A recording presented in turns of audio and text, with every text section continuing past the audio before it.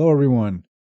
Tonight, I wanted to bring to you what I feel is personally a very exciting topic that has come up again because a friend of mine, Ricardo Calviero, has a paper that's been uploaded to Academia EDU that he has written examining the um, Bronze Age and comparing it to the North American Great Lakes region, old copper culture.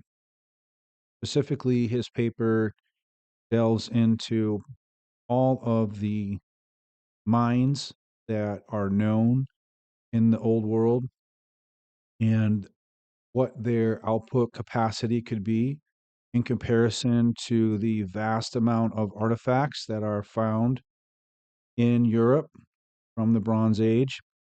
And his data convincingly shows that the all the accounted mines from the old world could not produce the amount of copper needed to explain all the artifacts from the Bronze Age. Conversely, we have the old copper culture in North America, specifically in the Great Lakes region, that we now know was processing copper as far back as 7,600 BCE. This information comes from lake core sediment analysis. We also know that the peak of the old copper culture, as accepted by mainstream archaeology, was, and it changes depending on um, which data set you get, but they've pushed it back a little recently to 6,000, I'm seeing, but originally it was 4,000 BCE and culminating and abruptly ending around 1500 BC. So we have copper mining in the Great Lakes region of America for approximately 6,000 years. That's remarkable. That's incredible. You think about how long America's been around, 200 years, 6,000 years they were mining copper in the Great Lakes region. And when I saw that he had put this paper on Academia EDU, I immediately dug into it. And I've written an article for ancienthistoryx.com. And what I ascertained from his paper is reflective in the title of my article: Copper, Transatlantic Trade, Untested, Not Disproven. And the reason for this title is because the dismissal of the notion of the North American copper making it to its way to Europe to fuel the Bronze Age. One is the lack of, and hold that thought, evidence of any transatlantic sea voyages, but primarily the isotopic analysis of all of the artifacts that they've tested in the old world. And what Ricardo did is he went to every single verifiable source for copper in the old world, every single mine. And he extrapolated the output of copper that could have come from all of these mines. And I've highlighted a few of them here in the article. What we end up with is a major deficit. The amount of copper that could have possibly been extracted from these mines pales in comparison to the amount of artifacts that exist from the Bronze Age in Europe. And the isotopic analysis of this copper points to contaminants in the copper, lead, arsenic, tin, different metals that would be scooped up when the copper was mined and then remained after it was smelted. So he has a little bit different take, and that's fine. But my take immediately was, and this is because the old copper culture in the Great Lakes region, the copper was 99.9% pure. It did not have all of these contaminants in it.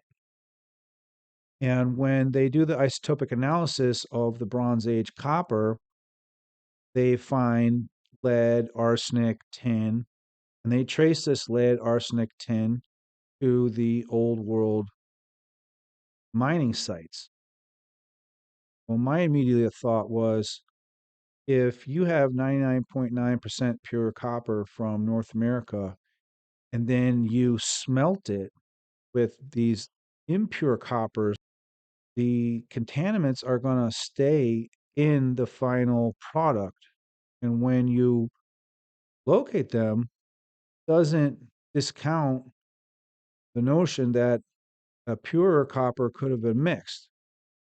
And the extraction, to my knowledge, copper that was extracted in the old world was a little less pure than the final product. So you have this less pure copper. Now, it could be explained from the smelting process, of course, but in my hypothesis, you have this less pure copper from Europe and abroad, Levant, it goes into far-flung copper mines. The scientific community spreads out as far as they possibly can to every single copper mine that they can locate in Europe, to try to account for all of the copper artifacts, but it still falls short.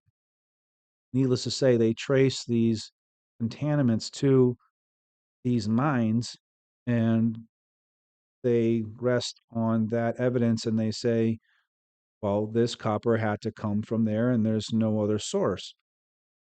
But if you mixed pure copper, relatively pure, 99.9 from North America, with impure copper from the old world, you're going to end up with the contaminants left over, and the contaminants don't indicate where the copper came from. And that was a point that Ricardo wanted to emphasize. So, what we're trying to do here is build a circumstantial case that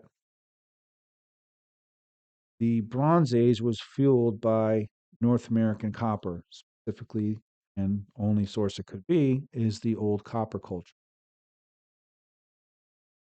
So, the major distractors of this theory or hypothesis is the isotopic analysis. What we're asking is for more up to date, more modern isotopic tests to be done.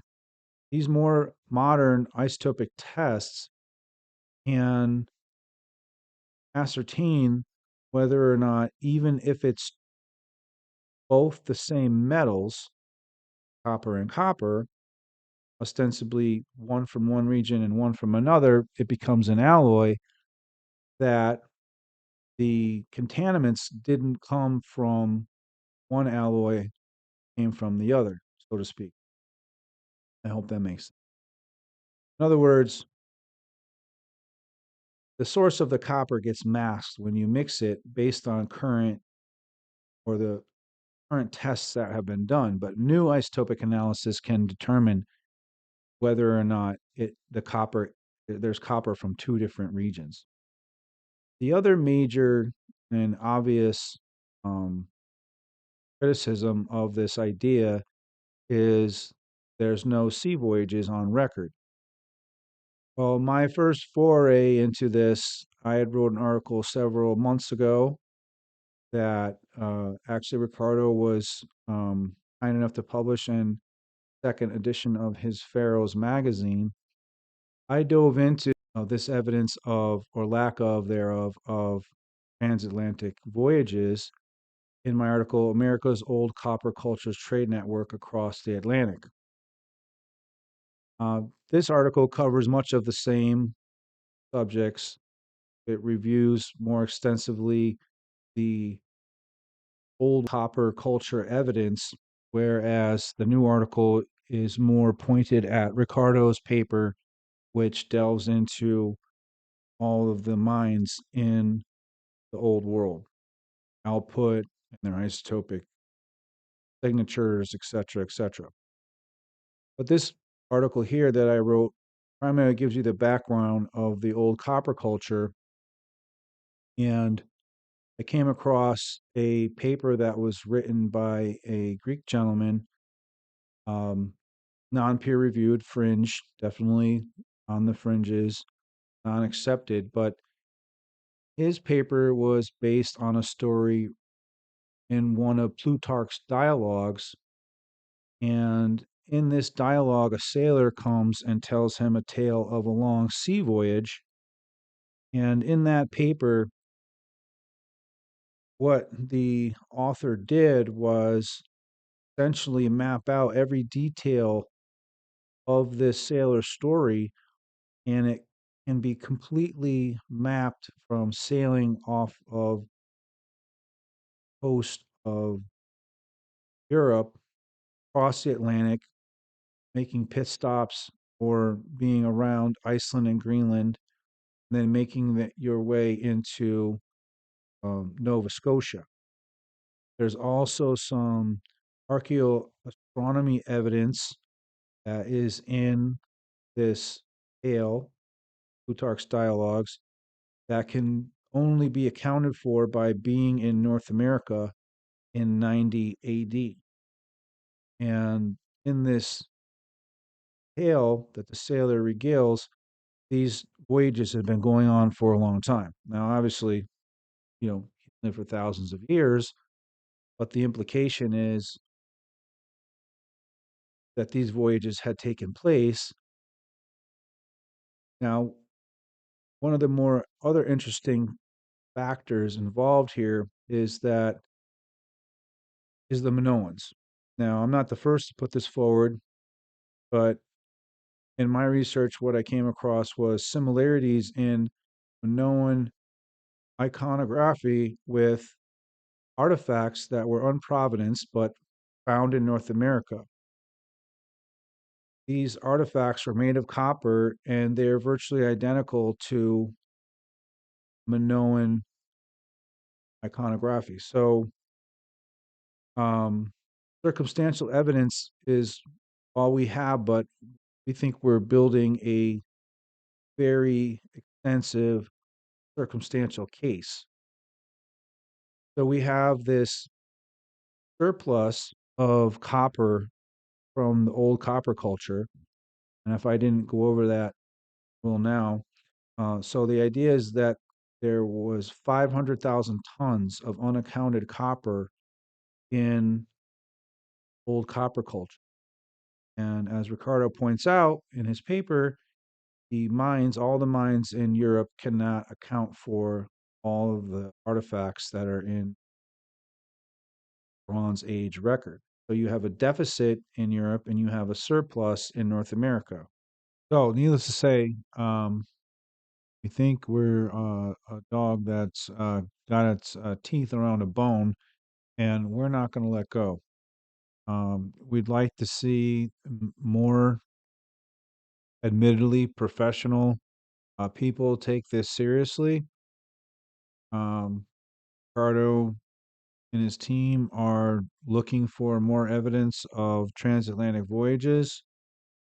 One of the things that I drilled down on this afternoon was the dates, right? Because you can learn a lot from dates. So the old copper culture in North America abruptly ended around 1500 AD, according to my sources. So what I did was I took a look at a correlation or a potential correlation with Europe at that time. And what I found was around 1500 BCE, the Minoan civilization was completely wiped out by a volcanic eruption. Now, isn't that ironic? Isn't that compelling? The immediate termination of the old copper culture in North America ended when the Minoan civilization was wiped out by a cataclysm. That would stop some sea voyages, wouldn't it? My immediate question after that was, did the Minoans have any records? Did they have writing? Did they keep track of anything? Because what we're trying to find is we're trying to find sea voyages, right? I mean, that's the smoking gun that we need. And, you know, the most obvious thing ever popped up, but when you're doing so much bouncing around, you don't quite put two and two together immediately. Yes, the Minoans had a writing and record keeping system. It's called Linear A. Linear A is one of the remaining undeciphered scripts in human history. Isn't that convenient? Convenient or ironic or however you want to look at it. But we have this circumstantial evidence. It leads to the Minoans. We have a synchronicity in dates between calamity and abrupt halt. And we have a script that we can't decipher. Now, that in itself is beyond interesting. I won't say frustrating, but it almost is like the smoking gun, quite frankly. Like, there's too much adding up here that that you can easily dismiss. So, with that being said, um, please go to the website ancienthistoryx.com. Check out the article on Ricardo's paper, Copper Transatlantic Trade, Untested, Not Unproven. And in there, you'll find the link at the end of my author's notes to my original paper, which details the potential only surviving record of transatlantic voyage. And finally, I will add this. Um, this um, passage in Plutarch's Dialogues is dismissed as being third hand, second hand, mythology. That is the outright dismissal of it. Um, I find that to be a little disingenuous because the same academic community, and I don't have any problem with this, don't get me wrong, but the same academic community would tell you to trust and believe in every indigenous oral tradition. Now, the truth is somewhere in the middle, right? But the glaring hypocrisy is right there in front of you. We have a written dialogue that you're supposed to dismiss because it's not firsthand knowledge. And then you have oral traditions that you're supposed to swallow whole when, you know, in some cases, they are in the realm of science fiction. So I think, at the end of the day, what is preventing digging into this further? I'll leave that for others to speculate. I have my own thoughts, but that's not for this video. Thank you for your time. Please visit ancienthistoryx.com. And until next time, thank you.